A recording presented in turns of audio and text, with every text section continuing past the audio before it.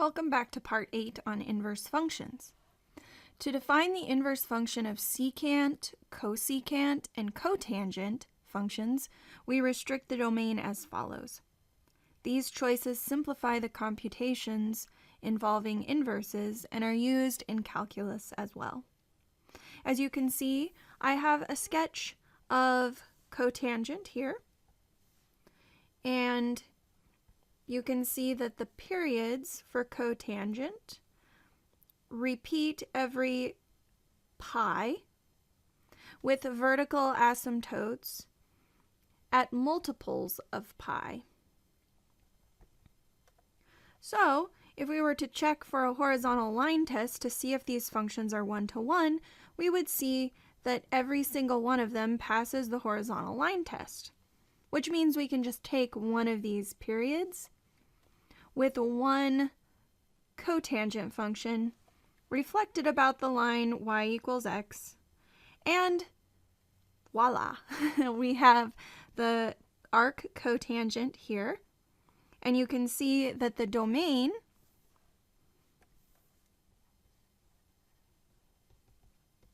is all real numbers, and the range is from 0 to pi. And you can see that it would approach pi but never touch it, and it would approach 0 but never touch it for the range.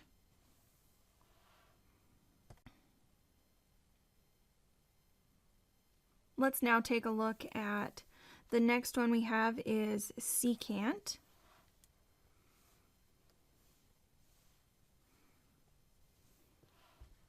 And with secant, we have these U shapes.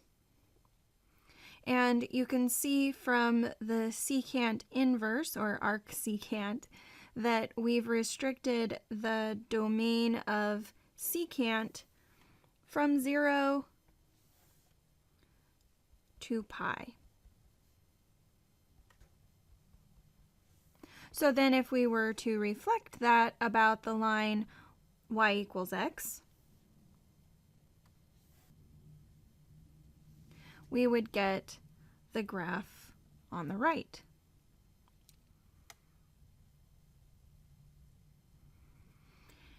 And lastly, we have one more to go.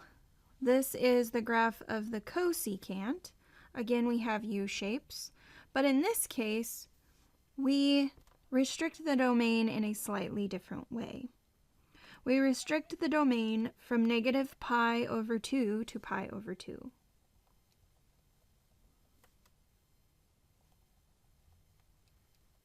If we were to reflect that interval about the line y equals x, then we would get something that looks like the second graph here on the right, where our cosecant or arc cosecant is broken into two pieces.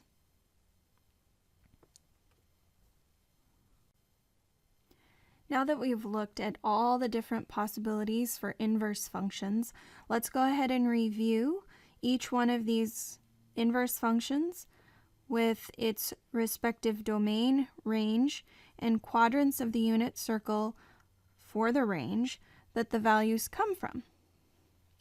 Let's look at the first function here, y equals arcsine of x. Remember that the domain for arcsine is -1 to 1. The range is negative pi over 2 to pi over 2. The quadrants of the circle for the range that the values come from will be 1 and 4.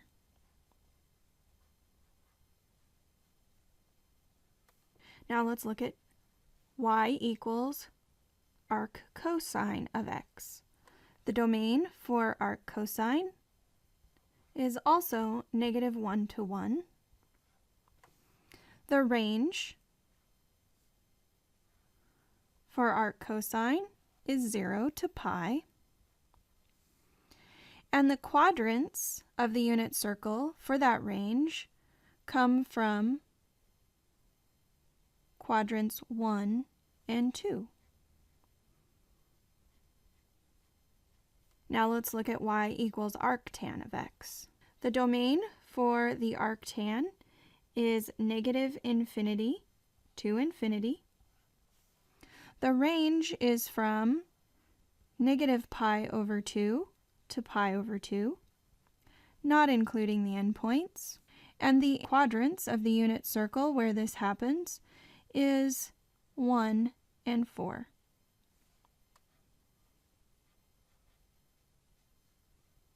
Now let's look at y equals arc cotangent of x.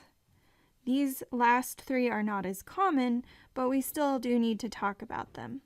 The domain is negative infinity to infinity. The range is from 0 to pi.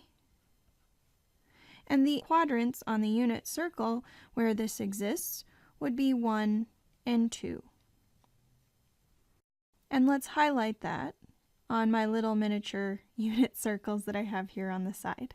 Now, let's look at the next one. Y equals arc secant of x.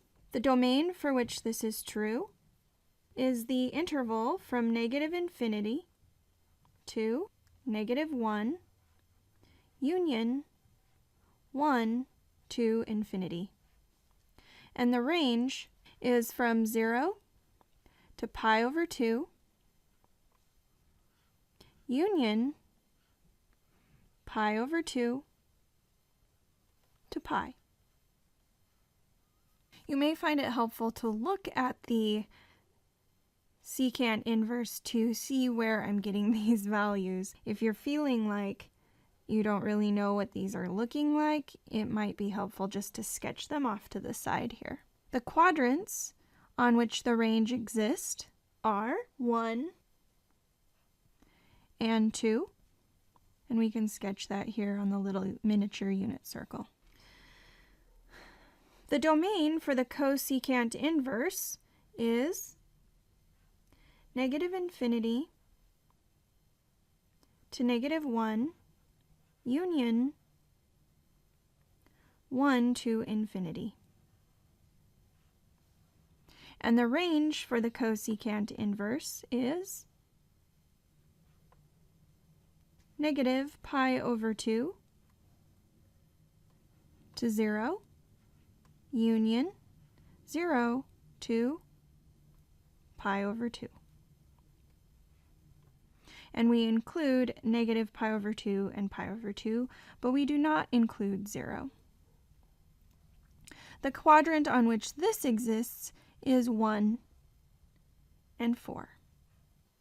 If we compare all these different quadrants where the unit circle can exist for the inverse functions, it's interesting to notice that the third quadrant is never included as part of the range. Note for sine inverse, cosine inverse, and tangent inverse, the calculator will give you the correct answer considering the range of each function.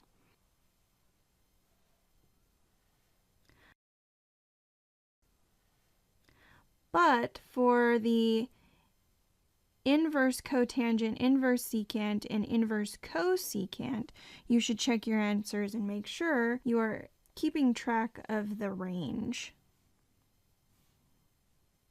This will take some practice, so I am highlighting it because I think it's very important.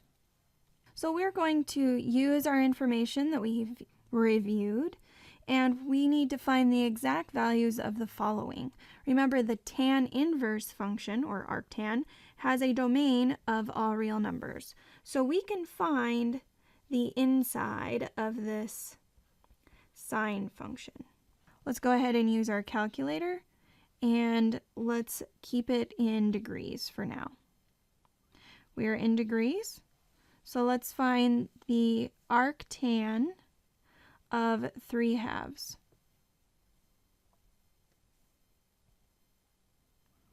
This is rounding to a whole number, 56 degrees.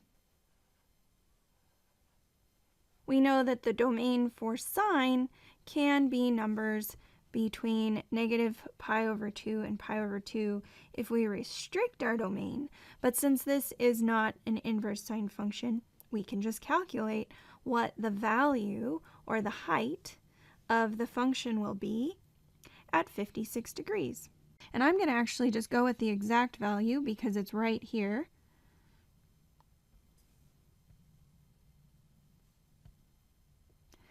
And we have a value of 0.83. So that is the height in whatever units we're calculating. And that is within the range of a standard sine function, which is -1 to 1. In this last example, we're going to take tangent of arc cosine of -5/13. Remember, the arc cosine of a length is going to be an angle. So the tangent of theta will be some ratio of opposite over adjacent.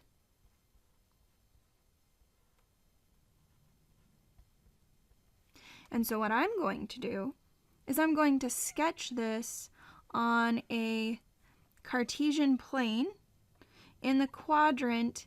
Even though it's probably not a unit circle, it will help me orient my cosine. Since I know that my little acronym, all students take calculus,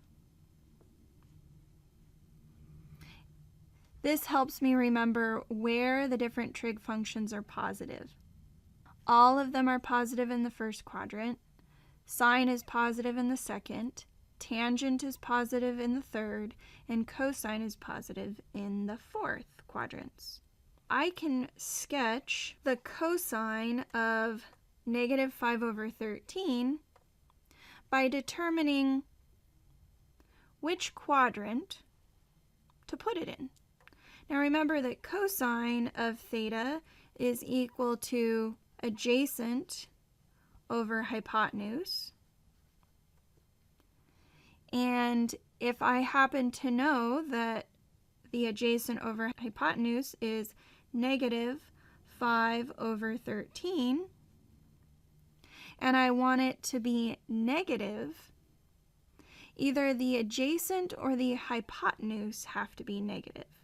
Hypotenuse is never negative, and so the adjacent side has to be negative, which means my adjacent will be somewhere here. We'll call that -5. So I need to sketch this in the second quadrant. And so that means my hypotenuse is 13. And so if I figure out my unknown side, I'll have -5 squared plus y squared equals 13 squared. And if I solve for y, I get 12. So y equals 12. And I can say tangent of theta, which I happen to know is opposite over adjacent, is equal to 12 over -5.